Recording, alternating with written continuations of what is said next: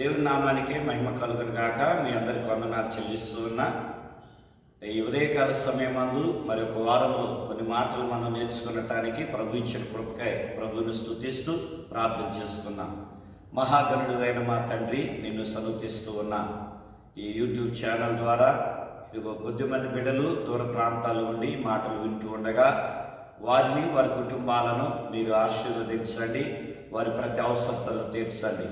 వారి హృదయాంతరంగములను ఎరిగిన దేవుడు కనుక నీ పరిశుద్ధతలో వారిని దినదినము కూడా నడిపించి, నీ వాక్యము చేత నడిపించి, నీ నిత్య జీవానికి వారసుగా ఉన్నట్లుగా వర్ధిల్ల చేయమని మా రక్షకుడు అయిన తండ్రి, వారిని ఏ సమస్యలైతే తన్నుతున్నాయో ఆ సమస్యల్లో వారికి కావలసిన భద్రత, క్షేమాన్ని దయచేయమని మీ కృపాస్థాలకి నీ బిడ్డలను, కుటుంబాలను అప్పగించి యేసు నామములో అడుగుచున్నాము తండ్రి, ఆమేన్. ప్రియమైనటువంటి దేవుని బిడ్డలారా, మనం ప్రతి వారం కొద్ది మాటలను ఈ యొక్క ఛానల్ ద్వారా వింటూ ఉన్నాం. మరి మీరు ఎంత దూరంలో ఉన్నా, మీరు ఎక్కడ ఉన్నా, మీ కొరకు అనుదినం ప్రార్థిస్తూ ఉన్నా, అలాగే సంఘ బిడ్డలైనటువంటి వారు మీరు కూడా కొద్దిమంది మాటలు వింటూ ఉన్నారు. మీకు కూడా ప్రత్యేకమైన వందనాలు చెల్లిస్తూ దేవుడు మిమ్మల్ని దీవించాలని కోరుకుంటూ ఉన్నా. సమయంలో మన దేవుని వాక్యంలోకి వెళ్దాం. ఆయన సమీపంగా ఉన్న దేవుడు అనే అంశాన్ని మనం చూద్దాం. ఎందుకంటే భక్తుడైన కీర్తనకాడు అంటాడు కదా, 22వ కీర్తన మొదటి వచనంలో, నా దేవా, నా దేవా, నన్ను ఎందుకు చేయవిడిచినవి, నీవేళ నాకు దూరముగా ఉన్నావు అని దేవుణ్ణి ప్రశ్నిస్తూ ఉన్నాడు. అలాగే మరి ప్రభువైన యేసుక్రీస్తు వారు కూడా శిలువ మీద పలికిన 4వ మాట అదే చూస్తాం. నా దేవా, నా దేవా, నన్ను ఎందుకు చేయవిడిచితివి అనే మాట చూస్తాం. అయితే మనం అనుకుంటాం దేవుడు మనకు దూరంగా ఉన్నాడు అని అనుకుంటూ ఉన్నాం. అయితే దేవుడు మనకు దూరంగా లేడు, మనమే దేవునికి దూరంగా ఉన్నాం. మన పెదాలతో దేవుని ఆరాధిస్తూ ఉన్నాం, మన హృదయం దేవునికి దూరంగా ఉంది. అలాగే సమస్యలు వచ్చినప్పుడు దేవునికి దగ్గరగా వస్తాం, మిగిలిన టైంలో మన దేవునికి దూరంగా వెళ్తూ ఉంటాం.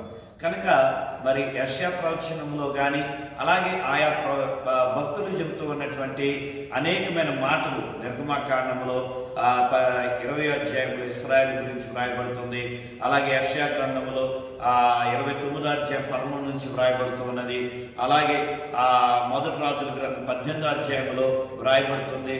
ఈ లోకంలో ఉన్న దేవుళ్ళు దూరంగా ఉంటారు, అలాగే మనం కూడా దేవునికి దూరంగా ఉంటున్నామే తప్ప మన సృష్టించిన మన దేవుడు ఎన్నడూ కూడా దూరంగా ఉండేవాడు కాదు. ఆయన మనకు సమీపంగా ఉండే దేవుడై ఉన్నాడు. అందుకనే ద్వితీయోపదేశ కాండము 4వ అధ్యాయం 7వ వచనములో ఈ మాట మీ కొరకై చదువుతూ ఉన్నాం. ఏలయనగా మనము ఆయనకు మొరపెట్టినప్పుడల్లా మన దేవుడైన యెహోవా మనకు సమీపముగా ఉన్నట్లు మరి ఏ గొప్ప జనమునకు ఏ దేవుడు సమీపముగా ఉన్నాడు.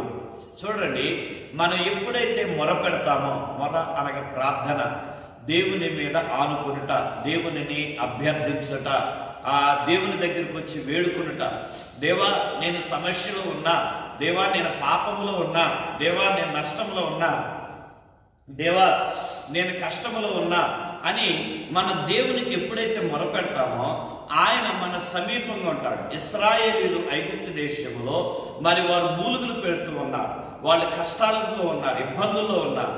వారు మూలుగుతూ ఉండగా ఆ మూలుగులు విన్న దేవుడు పరలోకమును విడిచి వారి కొరకే దిగి వచ్చేను అని వ్రాయబడుతూ ఉన్నది. అలాగే మరి మనందరం కూడా పాపంలో ఉన్నాం, మనందరం కూడా నరకానికి వెళ్ళబోతూ ఉన్నాం.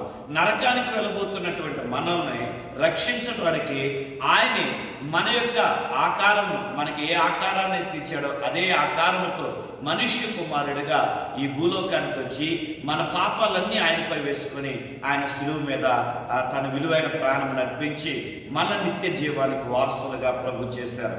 కనుక ఆయన ఎప్పుడు కూడా మన సమీపంగానే వస్తూ ఉన్నాడు, ఆయన మన సమీపంగానే ఉంటూ ఉన్నాడు. కనుక ఆయన సమీపంగా ఉన్న దేవుడు కనుక మనము ఆయనకి సమీపంగా వెళ్ళాలి అని ఈ ఉదయకాల సమయమందు మీకు జ్ఞాపకం చేస్తూ ఉన్నా.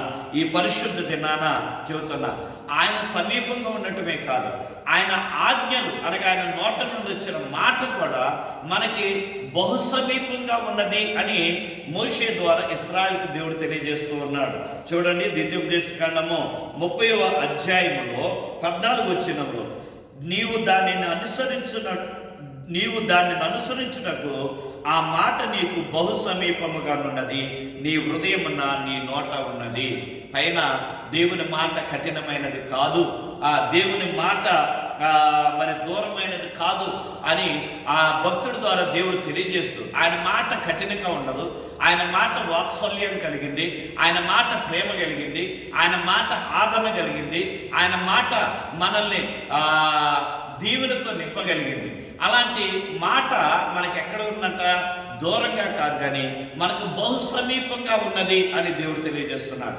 అది మన హృదయమనే ఉన్నది అని వ్రాయబడుతున్నది. కనుక నువ్వు వాక్యాన్ని చదివినప్పుడు, నువ్వు దేవుని వాక్యాన్ని విన్నప్పుడు అవి నీ హృదయంలో ఉంచుకుంటే ఆ మాటలు నీతోనే ఉంటే కనుక నీ సమస్యలో, నీ ప్రయాణంలో, నీ పనుల్లో నువ్వు ఎక్కడ ఇబ్బందిని ఎదుర్కొంటావో అక్కడ ఆ మాట నేను ఏం చేస్తుందంటే ఆ సమస్య నుండి నేను తప్పించండి, నీకు ధైర్యాన్ని కలగజేస్తుంది, నీకు ఒక నూతన ఉత్సాహాన్ని కలగజేస్తుంది, నీకు ఒక నూతన మార్గాన్ని తెరిచింది. ఎందుకంటే దేవుని వాక్యము మన మార్గాలలో దీపమై ఉండి మన మార్గాలను సరళము చేయగలిగి ఉన్నది.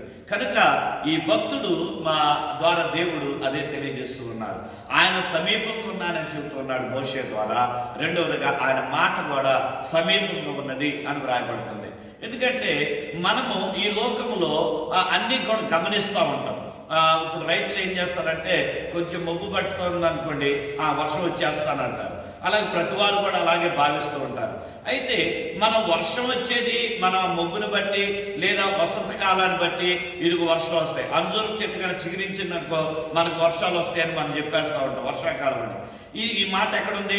మత్తయి సువార్త 24:33 వచనములో వసంతకాలాన్ని చూడగానే మీరు అంజూరు చెట్లు చిగురించగానే ఇదిగో వసంతకాలం వర్షాకాలాన్ని గుర్తుపడుతున్నారు కదా. మరి అలాంటిది మరి దేవుని రాకడని మనం ఎందుకు గుర్తుపట్టలా? మరి దేవుడు సమీపంగా ఉన్నాడని ఎందుకు గుర్తుపట్టట్లా? ప్రియమైన సంగమా, ఈ ఉదయకాల సమయంలో మనం జ్ఞాపకం చేసుకోవాల్సిందనే, మనము అన్నీ కూడా గుర్తుపడతా ఉంటాం, అన్నీ కూడా మన సమీపంగా రావాలని కోరుకుంటాం. కానీ మనం దేవుని సమీపంగా, దేవుడు మన సమీపంగా రావాలని మనం కోరుకుంటాం. మన దేవుడు ఎప్పుడు సమీపంగా వస్తాడు? మన హృదయాలు సరిగా ఉన్నప్పుడు, మన హృదయంలో దేవుని సన్నిధి ఉన్నప్పుడు, మన హృదయంలో పాపం లేనప్పుడు ఆయన మన సమీపంగా ఉంటాడు. ఈ ఉదయకాల సమయంలో నువ్వు ఏ పరిస్థితిలో ఉన్నావో నాకు తెలియదు, నువ్వు ఎలాంటి పరిస్థితిని ఎదుర్కొంటున్నావో నాకు తెలియదు. కానీ నిన్ను సృజించిన లేదా నిన్ను పిలిచిన, నిన్ను ఏర్పాటు చేసుకున్న యేసయ్య నిన్ను చూస్తూ ఉన్నాడు, నీ పరిస్థితిని చూస్తూ ఉన్నాడు. అలాగే నీ హృదయంలో ఉన్న స్థితిని కూడా ఆయన చూస్తూ ఉన్నాడు. నీ హృదయాన్ని శుద్ధి చేయగలుగుతావా? ఆ హృదయం శుద్ధి కాగానే నీ ప్రభు నీ హృదయంలోకి వస్తాడు. ఆయన నీ సమీపంగా దిగి వస్తాడు. ఆయన నీతో మాట్లాడతాడు, నిన్ను బలపరుస్తాడు. ఆయన మాట నీ ఓటమి నుండి నిన్ను విజయంలోకి నడిపించగలిగింది. ఆయన మాట నీ అనారోగ్యంలో నుండి నిన్ను ఆరోగ్యవంతులోకి నడిపిస్తుంది. కనుక ప్రియ సంగమ, ఈ ఉదయకాల సమయంలో ఆయన సమీపంగా ఉన్న దేవుడని ఆయన సమీపిద్దామా? తలలు వంచండి, ప్రార్థన చేద్దాం. తండ్రి, ఈ కొద్ది మాటలను బట్టి నిన్ను స్తుతిస్తూ ఉన్నాను. నువ్వు మా సమీపంగా ఉన్న దేవుడు, నీలా సమీపంగా ఉన్న దేవుడు ఈ లోకంలో ఇంకెవరు లేరని మేము నమ్ముతూ ఉన్నాం. మా నమ్మికను బట్టి, మా విశ్వాసాన్ని బట్టి, మా నిరీక్షణ బట్టి అయా మమ్మల్ని దర్శించండి. ఈ వాక్యాన్ని నన్ను బిడలను దర్శించండి. వారు ఏ పరిస్థితుల్లో ఉన్నా ఆ పరిస్థితుల నుండి వారిని లేవనెత్తి మీ సాక్షులుగా నిలబెట్టుకునమని. ఇదిగో ఇశ్రాయేలు కొరకు దిగి వచ్చావు, ఇదిగో నీవు మా అందరి కొరకై ఈ లోకానికి దిగి వచ్చి నీ విలువైన ప్రాణాన్ని అర్పించావు, నీ రక్తాన్ని చెందించావు.